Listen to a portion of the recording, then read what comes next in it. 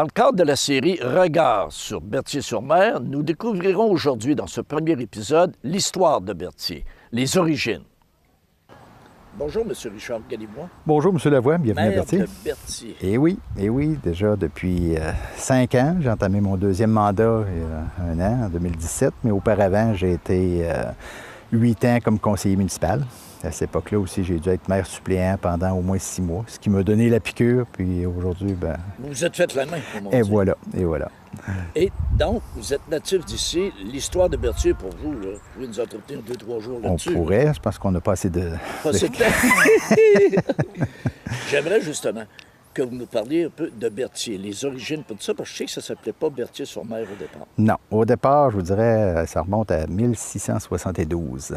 On va avoir 350 ans en 2022. Oh! Donc, il y a de l'histoire à raconter. C'est pour ça que je Ça disais va que... partir, là. Oui, c'est prévu, c'est prévu. Mais en 1672, la seigneurie, à cette époque-là, était donnée par Nicolas Marcellet à Alexandre Berthier, Isaac Alexandre Berthier, qui a été propriétaire de la seigneurie de Berthier, de là le nom. À l'époque, la seigneurie avait 10 km de large par 10 km de profond. Et ça, au fil des ans, ça a été séparé en 2 paroisses, dont celle de Notre-Dame de l'Assomption de Berthier-sur-Mer. Bien, c'était pas Berthier-sur-Mer à l'époque, mais de Notre-Dame de l'Assomption de Berthier. Et l'autre, bien, plus tard, s'est appelé Saint-François de la rivière de Sade du Sud. Okay. Donc, c'est là que l'histoire a commencé. Donc, après ça, en 1672, M. Alexandre Berthier s'est marié, a eu 3 enfants et a installé sa première résidence à l'endroit où aujourd'hui on retrouve les vestiges du manoir des Néchaux. C'était la base de Berthier-sur-Mer. À cette époque, bien, ça s'appelait Berthier.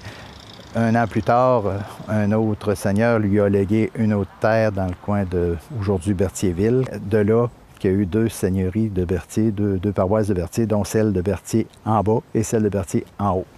Donc, Berthier en bas, Berthier en haut. Oui. Et là, tout à coup, quand a-t-on décidé de faire Berthier-sur-Mer? Berthier-sur-Mer, ça s'est décidé en 1971, une décision du conseil municipal.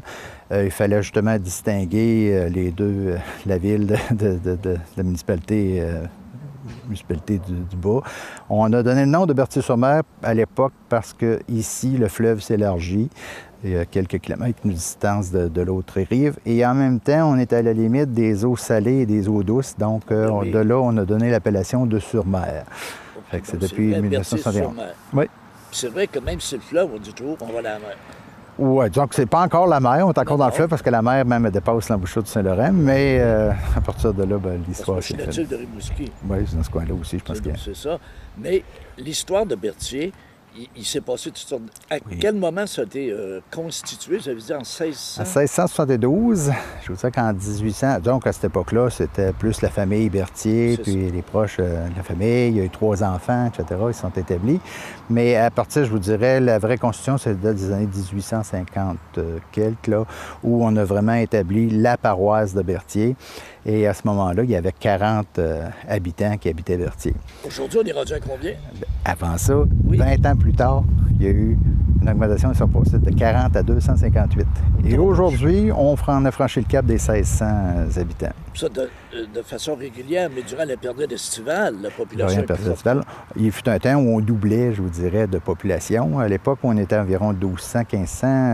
On doublait de population. Beaucoup de maisons aujourd'hui se sont transformées, des résidences saisonnières se sont transformées en résidences parce qu'on a fourni les services à Puis vous Berthier. êtes toujours en croissance, Berthier. C'est une des municipalités où... Je vous dirais la municipalité de la MRC de Montmagny qui se développe le plus. Je vous dirais, depuis au moins les 10 dernières années, on progresse à environ de 10 nouvelles portes par année. Donc, notre population croît toujours. Depuis quand a-t-on dit Berthier-sur-Mer, la capitale de la voile? Et pourquoi? Bien, il fut un temps dans les années populaires de la voile, des planches à voile, je vous dirais dans les années 80 ou à peu près. Le boom de la planche à voile a fait en sorte que beaucoup de véliplanchistes, à l'époque, les kitesurfers n'existaient pas, mais beaucoup de véliplanchistes ont pratiqué leur sport sur la plage et au quai actuel. Il y avait des beaux plans d'eau, du bon vent, etc. Donc, c'est à partir de là qu'on s'est auto-proclamé la capitale de la voile et ça nous est resté. Berthier a une population active. Combien de bénévoles ou combien d'organismes bénévoles opèrent ici à Berthier? Je vous dirais qu'actuellement, on est environ une dizaine d'organismes bénévoles qui opèrent, que ce soit l'Âge d'Or, plusieurs autres organismes, mais entre autres, il y a la Corporation touristique qui, à elle seule, gère 3 fêtes assez principales. Et des fêtes majeures. Fêtes majeures. Comme? Entre autres, on vient justement de terminer la Fête des Arts et Traditions, qui en était à sa 21e édition en fin de semaine dernière. Donc, habituellement, c'est là tout de suite la fin de semaine suivant la Fête du travail. C'est sur une période de 2 jours. Il gère aussi les fêtes de la Saint-Jean. Ça, c'est très gros C'est ici. très couru aussi, c'est populaire. On fait ça sur le site du Manoir des Néchaux, donc avec des feux d'artifice splendides. Donc, ça attire son lot de touristes. Je vous dirais 2 à 3 000 personnes qui viennent chaque année, bon an, mal an. Pour l'événement. Pour l'événement seulement. Beaucoup d'activités durant la journée, donc c'est assez intéressant. Quand la température est de notre côté, Ben oui. bien sûr. Puis il organise aussi la fête d'hiver là, en période hivernale. Puis il y a une dernière fête qui vient tout juste d'arriver. C'est tout nouveau de cette année. On a une première édition qui fut un succès. On a appelé ça le Festival Bière et Barbecue. Une belle fête qui a attiré au-delà de 1300 personnes, où on pouvait, entre autres, voir à l'œuvre 15 chefs ou cuisiniers qui cuisinaient des mets en compétition pour D'ailleurs, le je vous ai barbecue. vu là, puis c'était vraiment intéressant. J'étais Il y avait même du monde, juge. les gens étaient heureux. J'étais même juge. En plus, j'ai eu le loisir et le plaisir de déguster les mets qui sont préparés en Les haute pied. exécutions, les chefs-d'œuvre. Exactement. C'était très, très, très bon. Il y avait aussi sur place l'occasion de déguster 40 bières de microbrasserie, 40 sortes de bières de Ça, j'ai microbrasserie. dégusté un peu. J'ai pas eu le temps de goûter les 40, mais je vous dirais qu'il y en a plusieurs qui Là, étaient le bons. juge aurait été moins bon, là. Les gens de Berthier, on les appelle comment? Les gens de Berthier sont des Berthelais ou Berthelaises. Berthelais, Oui, oui. le vrai nom. Il y a un surnom Ben aussi. oui, c'est ça, le surnom. Pourquoi le surnom? En fait, on nous surnomme les casques de fer. Et selon l'histoire que j'en sais, il y a 2 versions. Il y a la première version qui, à l'époque de la marine marchande, on avait un grand quai en place et les bites qui servaient à amarrer les amarres. De loin, ça ressemblait à des têtes en cases de acier, fer. des cases de fer. De là Ça, là, l'appellation. Ça, c'est l'explication historique. C'est ça. Mais la vraie La vraie explication, ben, on a toujours eu la réputation d'avoir la tête dure et d'être fonceur, donc ça nous est resté. Moi, c'est ça qu'on m'avait C'est ça. expliqué. Et je On vous m'avait dirais- pas expliqué l'autre. Et je vous dirais que ce nom-là ne nous fait pas honte du tout, car on a des équipes de hockey, de balle, etc., qui portent le nom de casque de fer et on s'en fait une fierté. C'est hyper compétitif, les gens en parlent. La gang de Exactement. Berthier, c'est du monde compétitif. C'est du monde Ouais. compétitif, effectivement.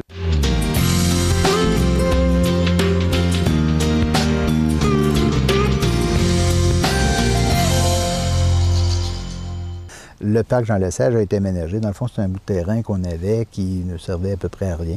On a eu l'occasion puis la chance d'avoir une offre de la Ville de Québec en 2005. OK. Il avait entreposé le buste de Jean Lesage qui avait été produit par Raoul Hunter, un artiste Ah ben oui. qui avait fait le buste et il n'y a pas d'endroit, je pense, à Québec pour l'installer. Donc, on nous a offert le buste. Et nous, on a sauté sur l'occasion, d'autant plus que M. Lesage a résidé ici en résidence saisonnière. Il y avait un chalet ici dans l'Anse, je dirais entre les années 47 à 59. À cette époque-là, ou un petit peu après, il était député de Montmagny-Lillet. Monsieur Galibra, vous nous avez parlé tout à l'heure. On était où l'église, puis tout ça, on était dans le parc. Mais avant l'église actuelle, il y a eu... Un une autre école? emplacement. Il y a eu Oui. un autre emplacement. En fait, ce qu'on appelle aujourd'hui le trou de Berthier, où la marina se trouve, du côté ouest, il y a aujourd'hui l'école apostolique qui est encore, qui est aujourd'hui habitée par des privés, mais qui a appartenu jadis à une congrégation. C'était l'école apostolique. Je pense qu'il y a eu de l'enseignement dans ce bâtiment-là. Et sur les mêmes lieux, il y a eu la première église de Berthier. C'était pas une grosse église à cette époque-là, on s'entend, il n'y a pas beaucoup de population, mais l'église était là. Je pense qu'elle a été détruite et après ça, il s'est reconstruit une chapelle qui est encore là aujourd'hui, mais qui n'a plus de vocation religieuse. Il y avait même le cimetière. Puis il semblerait qu'avec le temps, bon, avec l'érosion des berges, à un moment donné, le cimetière commençait à se vider. Donc, on a décidé de reconstruire une église au village et de réaménager le cimetière à l'endroit où il est actuellement. D'ailleurs, l'église qui a été construite a été faite en 1851, donc l'autre devait être un petit peu construite auparavant.